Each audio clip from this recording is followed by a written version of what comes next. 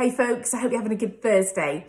I just thought I would just pop in here because I just want to give you a bit of a note of encouragement and share a little bit of what I learned today about stepping outside of your comfort zone and encourage you in doing the same, or that telling you, you know what, I've done it and it's fine. So today I went to Women in Business Expo. So it's day 2. I've had 48 hours of, for the first time ever, grabbing my business cards, grabbing hold of my self-worth and my value, and walking into an area of strangers and networking. Never done it before, completely avoided it like the plague as an introvert and as a recovering person that didn't believe in their own self-worth, which is ridiculous. It's so ridiculous that we do that. We have so much evidence to the contrary, but then we only look at the teeny tiny things that our inner critic screams at us. It's hilarious. So yeah, always avoided it. Never really had any opportunity, kids, mum, juggling things. But this opportunity came along to go to this thing. It was free, incredible speakers, hands up, I'm going.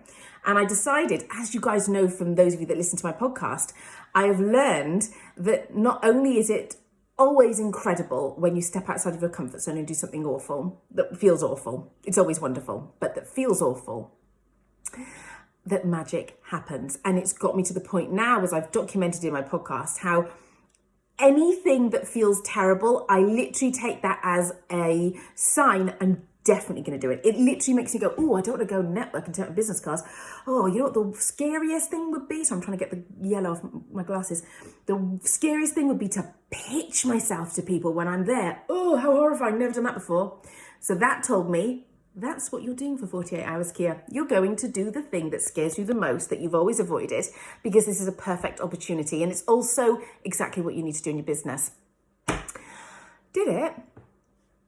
It was fine, guys. I mean, I know you're going to know that I'm going to say this, but honestly, how can I impart to you how fine it was? Well, not only was it fine, it was fine when I got a bit tongue-tied talking to Suzie, the editor-in-chief at Psychologies. I went since the day that I picked up that magazine off the newsstand. I wasn't in America. I probably just picked it up at Asda. I knew, and this is years ago, I can't remember, I don't know how many years it's been around, but I was young and I was literally like, this is the magazine that speaks to me. This isn't about, like Suzie was saying today, it's not about what you look like on the outside. It's not exterior stuff. It's all internal stuff. And I knew this was the magazine for me. And I knew that one day I would want to contribute to it somehow. And so I just wanted to talk to Suzie, just to introduce myself, just to be on the radar, just to tell her I think her magazine is incredible. And the fact that it's become more spiritual is really, really exciting.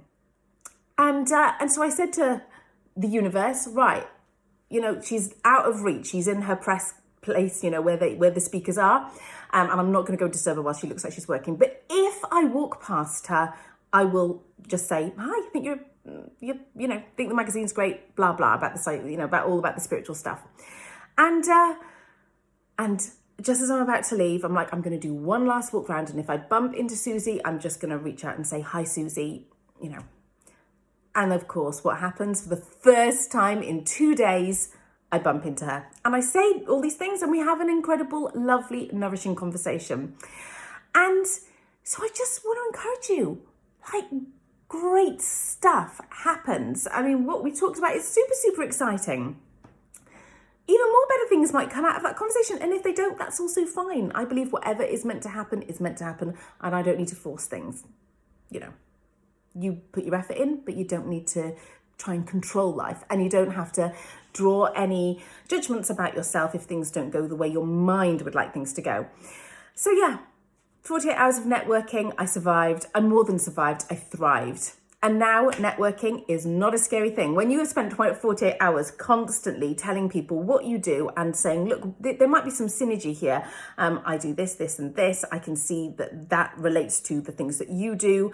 Would perhaps me writing an article for you or doing a talk at this event that you do or whatever be of any interest. It's only a conversation, guys. It's only a conversation. So I feel like I'm kind of going on a tangent now and I don't need to. But I just wanted to encourage you. Step outside of your comfort zone. You won't die. I didn't. And actually, you'll find, probably like I did, that you thrive. And even if you don't, it's the journey. And you still must pat yourself on the back for what you did. Oh, and I'll tell you another little story. Vulnerable share. So after talking to Suzie, for the last 48 hours, I've been like, I don't know how to describe myself. As you guys will know, I've started off as an artist. I've then become an accidental Insta marketeer. I've then created an online school teaching creatives how to market themselves on Instagram. And then all this time, I've been having this incredible well-being, mindset, spiritual journey, which has resulted in me feeling like I have the keys to life. I mean, I don't feel like it. I know I have the keys to life, guys. These things that I have learned have stuck for 2 full years. You don't get that with something that's wishy-washy. You don't be able to achieve inner peace time and time and time again over 2 years and it be wishy-washy. So now I'm like, well, what am I now? I'm coaching people. I'm about to create this online monthly membership space for women to learn what I've learned and to be able to have the same thing for themselves. And so I just did not know what to call myself. So again, had compassion for myself. You know what? I'm just going to introduce myself in the way I just did. There's a bit of a story. And then obviously try to appropriate it to whoever I'm speaking to. So I'm not going to go on about Instagram if I'm talking to somebody in a wellness arena where we might be able to have some synergy there. So I did sort of do that, but I did not know what to call myself. And all weekend I could tell that I was having resistance about using words like coach and stuff because nobody in authority has told me I'm allowed to. I'm sure you'll relate, right? And so I did that. I did the story. And it was great, actually, because I noticed that certain parts of it made everyone I said that story to go, oh, and really start listening. And other parts just were sort of, less engaging. So I got great feedback from it. But anyway, having spoken to Suzie, I was on my way home feeling like I'm walking on air. I've done the scariest thing, which is just go up to a stranger, a person that you seriously admire, that literally that person has access to the thing on your vision board that has been there for like 15, 20, I don't know how many years. And I was on cloud 9. And I was like, I think I did really well at just explaining myself. I got a bit nervous, which is bizarre. Didn't have a single nerve doing a talk in front of 70 people last weekend or the weekend before. And then talking to one person, got a little tongue-tied, but that's fine. I allow it. So feeling on cloud 9. And then I went and listened to her talk and she talked about how so many people had obviously approached her at this event. And they'd been a little bit, and she literally described the way I was. I do this and that and this and that. And, and she walks away going, what do you do? How could we work together? What are you actually offering? And I sat there in the audience and I could almost feel my skin going beetroot thinking, I was so proud of myself and I didn't do that well. I've still got more learning to do. And you can almost fall down a spiral, guys, can't you? When you do that, when you're feeling on cloud 9 and then you go, oh, maybe I didn't get it as well as I did. And your inner critic will want to go, right, there's the reason to stop doing things that are outside of your comfort zone, because as your brain, I cannot protect you. I can only protect you if you stay small and you stay in things that are familiar. So this is going to teach you a lesson that you mustn't do it because you'll fail and it'll feel awful to feel that shame and embarrassment. Thankfully, because I know how the brain works and I've worked with my brain for so long now, I'm able to spot and witness my thinking and go, okay, what is the truth here? The truth here. Sorry, this has turned into like literally a podcast 9 minutes in, but I'm guessing you're still with me. Well, if it's for you, you'll hear this and it's all good. Doesn't matter who hears it. I don't care if only one person gets help from this. So when I'm witnessing my thinking and I can see how my inner critic or ego or what have you is trying to make me feel shame or embarrassment about something, then I just step back and go, is it true that I need to feel embarrassed about this?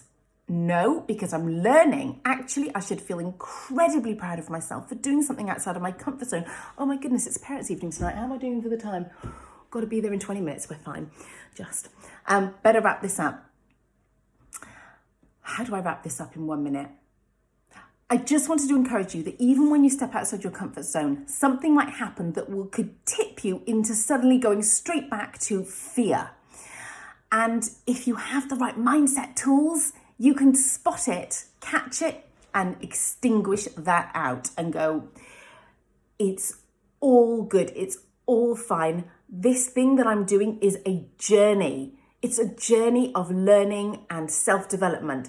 It is never about the individual things that happen. It is always about the overall journey. And if you are prepared to learn, to be vulnerable, to take lessons for things, to allow things to give you feedback. Today, it wasn't failure that I didn't describe myself in a perfect sentence. In fact, I learned so much about how to do that. So I've got something to work on and work with.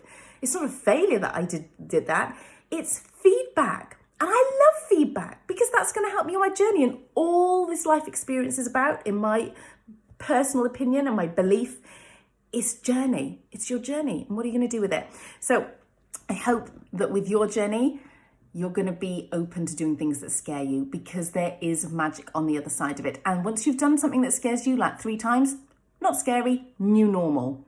It really is. Now I'm actually eager to go to networking events because I've met so many incredible people over the last 2 days that are really relevant, that I had incredible connection with. And we were like, seriously, we can do things together. This is an incredible thing where everybody wins. Like, you're not going to get that just sat in your studio going, I'm not good enough. You're only going to get that by going, I might not feel I'm good enough. I might need to just do a bit of thought work, but I'm going to do it anyway. So I really hope that encourages some of you. Let me know in the comments if it does. And thanks for listening.